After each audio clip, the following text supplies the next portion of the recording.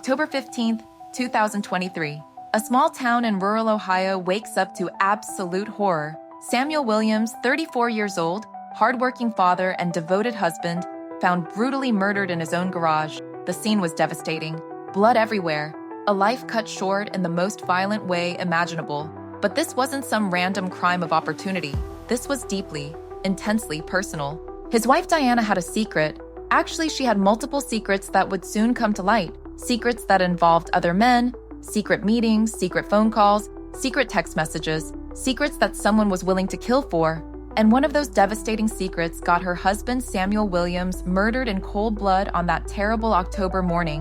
While Samuel worked double shifts at the factory to support their struggling family, while he stayed late into the night trying to provide for his wife and their future together, Diana was secretly texting another man, Eric Rodriguez, a smooth-talking mechanic from the neighboring town. Handsome, charming, everything Samuel apparently wasn't.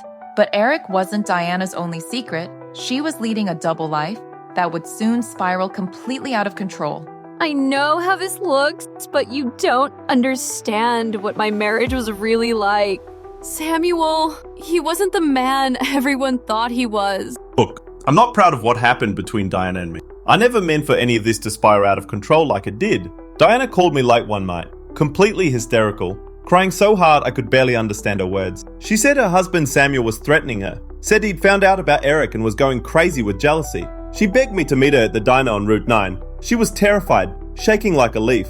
I was stupid enough to think I could help her, that maybe I could calm Samuel down, talk some sense into him. I should have told her to call the police instead. Mark Thompson, a local construction worker, became Diana's second affair partner.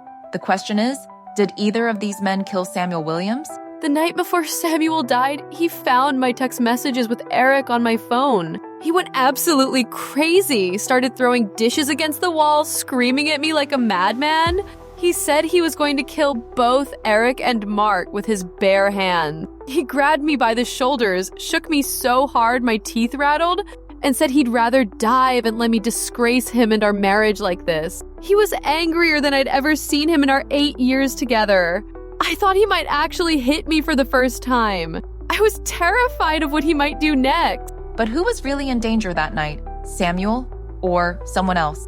My son is dead because of that woman and her lovers. Diana destroyed our family with her lies and her betrayal. She turned my beautiful boy into a jealous, angry man I didn't even recognize anymore. Samuel used to be gentle, kind, always helping his neighbors, always there for his family.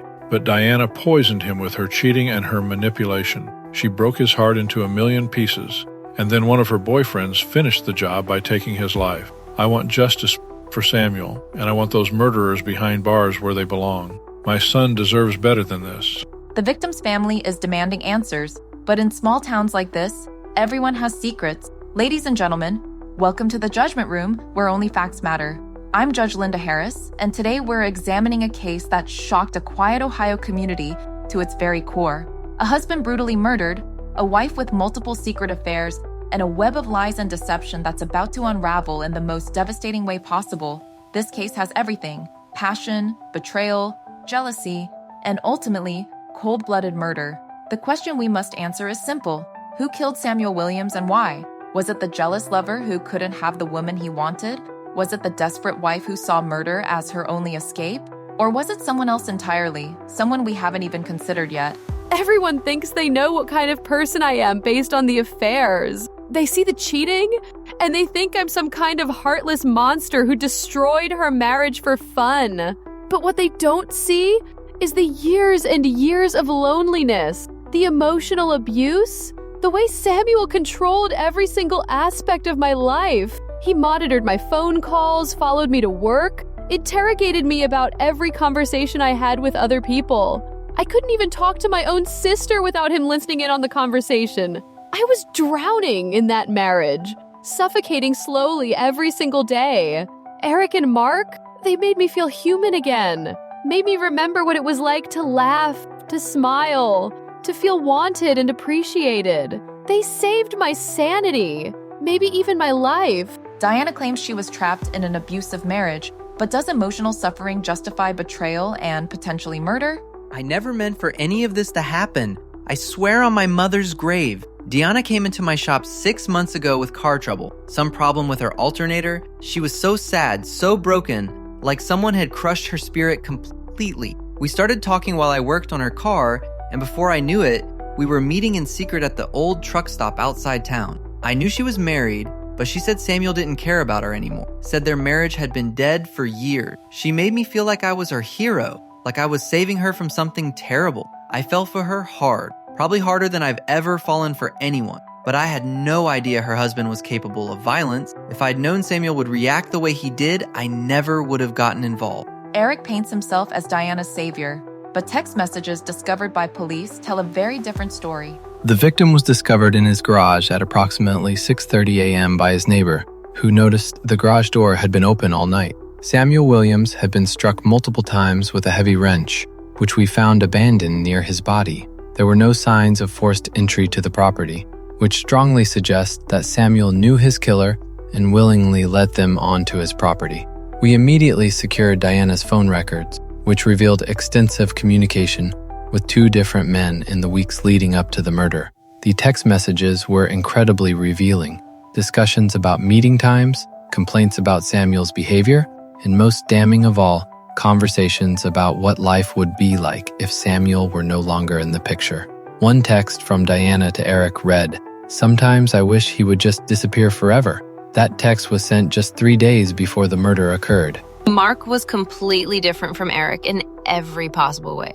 Where Eric was passionate and intense, always wanting to take risks, Mark was gentle and understanding, a real listener. He would sit with me for hours at that little diner on Highway 42, just listening to me complain about Samuel, never judging me, never making me feel guilty about my feelings. He made me feel like I deserved better than what I was getting at home, like I was worth loving and respecting. I started to believe that maybe I could have a real future with Mark, maybe escape from the prison my marriage had become. I fell in love with her, and I know that sounds crazy given the circumstances, but Diana was like no woman I'd ever met before. She was intelligent, funny, trapped in a terrible situation with an abusive husband. I wanted to rescue her from that life, give her the happiness she deserved. But what about Samuel Williams himself? His family and friends describe a hardworking man who loved his wife and was devoted to their marriage. Was he really the controlling monster Diana claims he was? Or was he simply a husband trying to save his marriage from destruction? Samuel worked 2 full-time jobs to provide for Diana and their future family. He bought her expensive jewelry, took her on romantic vacations, and according to his father, never raised his voice to her before discovering the affairs. His co-workers describe him as quiet, dependable, and completely devoted to Diana. His sister says he talked about Diana constantly, always bragging about how lucky he was to have such a beautiful, intelligent wife. But people can hide their true nature, even from those closest to them. Samuel worked himself to death, trying to make Diana happy. If he was controlling, it's because he loved her and was desperately trying to save their marriage from her betrayal. People don't understand what it's like to live with someone who monitors your every single move, who gets violently jealous if you even smile at the grocery store clerk, who makes you account for every minute of your day like you're some kind of criminal. Samuel wasn't protecting our marriage. He was suffocating me, crushing my spirit a little more each day. He would go through my purse, read my mail, even time how long my trips to the store took. If it was 5 minutes late, he'd interrogate me for hours about where I'd been and what I'd been doing. I couldn't even have female friends without him getting suspicious and jealous. He isolated me from my family, convinced me that nobody loved me except him. I was dying inside that marriage, becoming a ghost of my former self. Eric and Mark gave me back my life, made me remember who I used to be.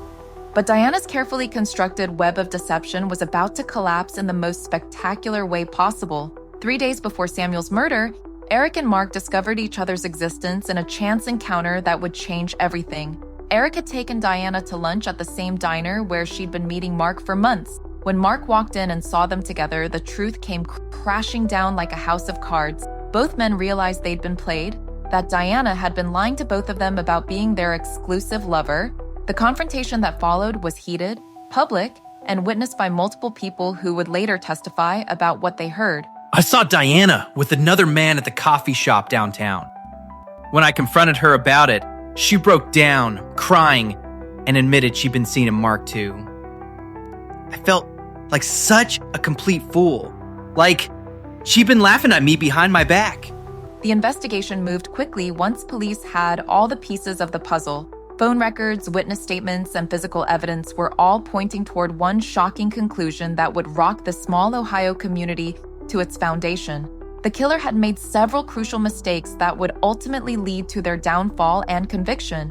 DNA evidence found at the crime scene, fingerprints on the murder weapon, and most importantly, a witness who saw everything unfold that terrible October night. The arrest came exactly 1 week after Samuel Williams was found dead in his garage, and the identity of his killer would surprise absolutely everyone who thought they knew what had really happened. We have enough evidence to make an arrest that will stick in court. The killer made one crucial mistake that's going to put him away for the rest of their natural life. In our next episode, we'll reveal exactly who killed Samuel Williams and why. Was it Eric, the passionate mechanic who felt betrayed when he discovered Diana's other affair? Was it Mark, the gentle construction worker who may have snapped under pressure? Or was it Diana herself, the wife who saw murder as her only escape from an unhappy marriage? The truth will shock you and challenge everything you think you know about this case. Justice for my son is finally coming. The killer won't escape punishment.